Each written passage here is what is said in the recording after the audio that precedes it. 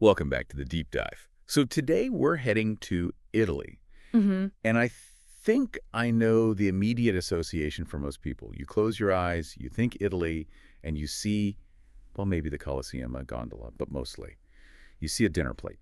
It's hard to avoid it. The food is definitely the headline act. Exactly. I keep thinking of that scene in The Sopranos, where Uncle Junior says, "We taught the world how to eat." And he's not wrong. He is not wrong. But today, we're not actually talking about marinara sauce. We're talking about English. Which is a much messier but maybe more interesting recipe. Right. Because the whole premise here is that Italian influence isn't just on the menu. It's baked into how we talk about money, our jobs, science, and even, this is the one I'm still not sure about, the pants I'm wearing right now. The pants are the best part.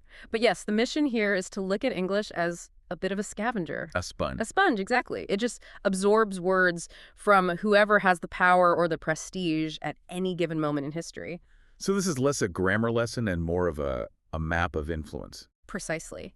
If you look at the words we've borrowed from Italian, you get this amazing historical map of where Italy was leading the world. And it wasn't just in the kitchen. We're talking banking, textiles, science, political theory. Okay, so let's trace this map. Where are we starting? We have to go way back. The 14th century. The Middle Ages, the Black Death. The 1300s, a truly terrible time to be alive in Europe. The plague is just ravaging the continent. I mean, the numbers are just staggering. We're talking maybe half of Europe's entire population wiped out in, 15 years? Quindici anni. And out of that nightmare, we get a word that, we've all become uncomfortably familiar with lately. Quarantine. Right. It feels so modern, so bureaucratic. It does, doesn't it? But its roots are in medieval survival. So how does it make the jump from the plague to English? It starts in the port city of Dubrovnik, which was under Venetian rule then. The authorities there figured out that ships were bringing the plague with them. So they couldn't just let people off the boat. Exactly. So they started this waiting period. A lockdown. An isolation period. At first it was 30 days, but they eventually settled on 40. Ships had to anchor offshore for 40 days before anyone could come ashore. And was there a medical reason for 40 days? Not really in a modern sense. It was probably biblical, 40 days and 40 nights, a time of trial and purification. Okay. And in Italian, a period of 40 is a quarantina. Quarantina. That's it. So sailors and merchants picked up the term, and it just sort of morphed into the English quarantine. It's grim, but it makes perfect sense. It's a word born of necessity. Exactly. And that theme, coping with the plague, actually gives us our next word, which is a lot more pleasant. We're moving forward a bit to the 16th century. We are. The Renaissance is starting to bloom, but the memory of the plague is still fresh. Yeah. And we have the writer Giovanni Boccaccio. Right. He wrote the Decameron. He did. And it's the story of 10 young people who flee Florence to hide from the plague in a country villa. And with no internet, they have to, talk to each other. They tell stories to pass the time, and Boccaccio called these short, fresh little tales novelle. Which means new things. Literally new things, or new news. A novella.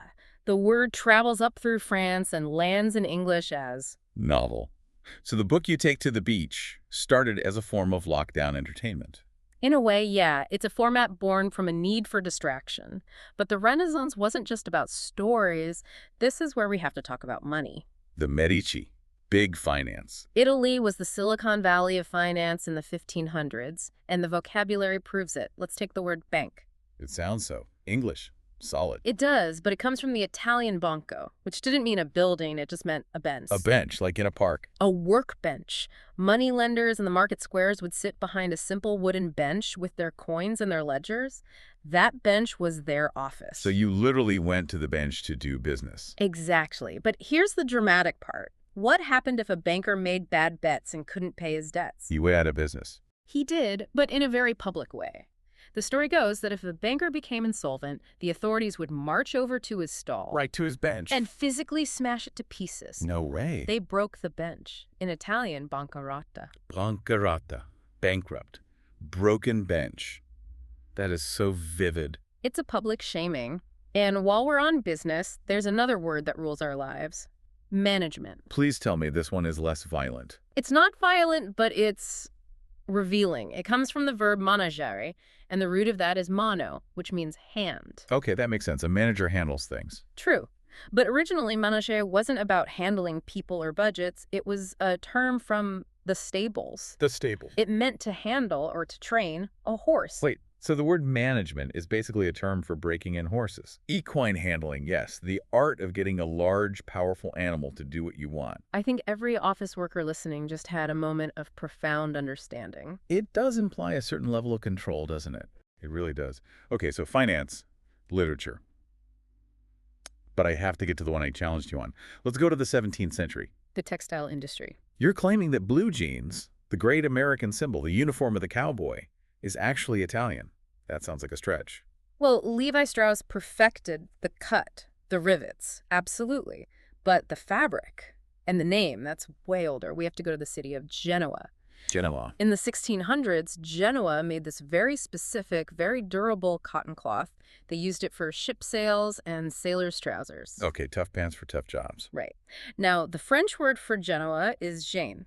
So traders called this fabric bleu de Gêne. Bleu de jean. And say it quickly with an English accent. Bleu de Gêne. Blue jeans. Oh, Wow. so gens is just a mangled pronunciation of Genoa. Pretty much. But to make it more confusing, you've also heard of denim, right? Of course, jeans are made of denim. Well, they were originally competitors. The French city of Nîmes tried to copy Genoa's fabric. Their version was called souche de Nîmes. Denim. Exactly. So jeans is from Genoa and denim is from Nîmes. We're wearing a map of an old trade rivalry.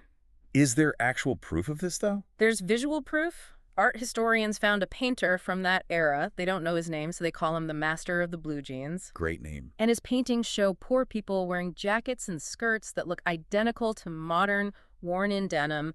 The indigo color, the wear and tear, it's all there. So the American cowboy was just following a trend started by 17th century Italian sailors. Fashion is cyclical. Okay, I give up. You win on the jeans. Let's move to the 18th century. Yeah. Into the lab. The Age of Enlightenment. And here, the influence shifts from trade to science, specifically electricity. This is the Frog Lake story, right? It is. Luigi Galvani, a scientist in Bologna, found that if you touched a dead frog's muscle with an electric spark, the legs would kick. So creepy. And actually inspired Mary Shelley to write Frankenstein.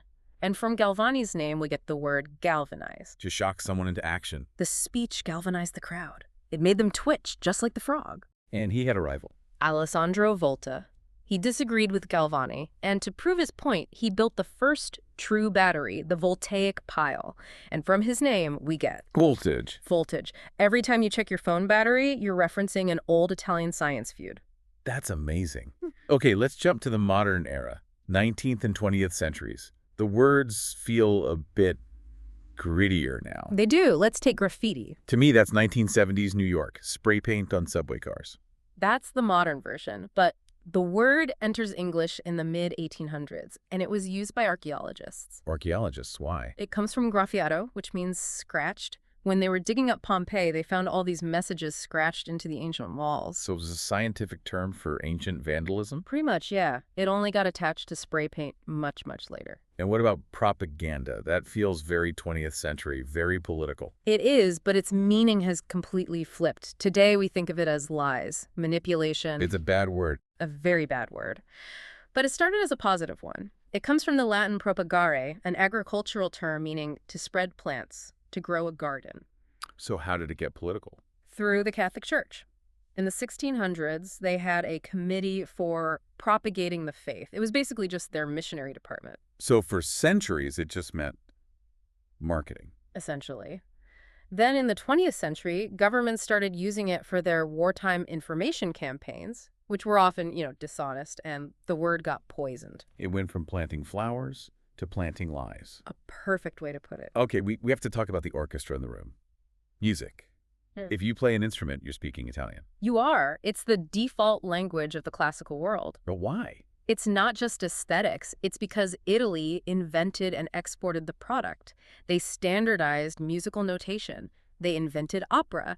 If you were a composer anywhere else in Europe, you had to use the Italian style and terminology to get work. It was the industry standard. Absolutely. That's why we have forte and piano, not loud and soft. It's why we have cello, soprano, allegro. And I guess the same goes for food, but beyond just pizza and pasta. Take espresso. Coffee. It literally means pressed out, which describes the mechanics. But it also captured the speed of Italian industrial life. It was an instant jolt. We didn't just borrow the coffee, we borrowed the pace. And the word came with it. We wanted the caffeine hit, so we took the word. That's how it works. Okay, we have time for one last connection. Aw. You promised me this would be a mind blower. I did. We're going back to the 18th century for a second, to the word caricature. The exaggerated drawings. Right. It comes from caricatura, meaning exaggeration, but the root verb is caricare. Caricare. And that means... To load a wagon. To load a wagon. Okay. Yeah. I'm not seeing the connection between a wagon and a funny drawing. Stay with me. Think of English words that sound like caricare. Uh-huh. Car. The car you drive. What else? Cargo. The cargo you carry. So, wait. Cargo, and caricature are all the same word. They're all siblings. They all come from that idea of loading something up. I get car and cargo. That's literal. But how is a drawing a loaded wagon? Picture a cart. You keep piling boxes onto it until the wheels are bowing and it's about to tip over. It is overloaded. Right? Now picture drawing a face. You take one feature, say a nose, and you just keep piling more and more nose onto it. You overload the image with that feature. Oh. So a caricature is a portrait that's carrying too much cargo. It's a loaded image. That's it? Exactly. That is brilliant. Okay, so when you look at this whole timeline, quarantine, bankrupt, jeans, caricature, what's the big takeaway? I think it completely challenges that postcard version of Italy. The pizza, pasta, and relaxing image. Exactly. The language tells a different story. These aren't words of leisure. They are fossils of industry. They're words of work. Hard work. Banking, shipping, manufacturing, science, management. These words survived in English because, for centuries, Italy was the engine room of Europe. It wasn't just about enjoying life. It was about building it. And there's a really nice human connection in that. You know, when you put on your jeans to go to the bank, you're echoing the lives of people from 400 years ago. It's a communion through vocabulary. It is. I love that. So to you listening, just pay attention to the words you use today. Are you galvanized? Are you reading a novel? You're probably speaking echoes of Italy. It's absolutely everywhere once you start listening for it.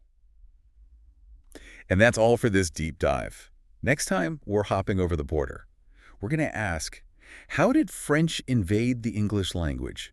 And trust me, if you think Italian was influential. Oh, that's a whole other level of invasion. Yeah. Thanks for listening, everyone. We'll see you next time.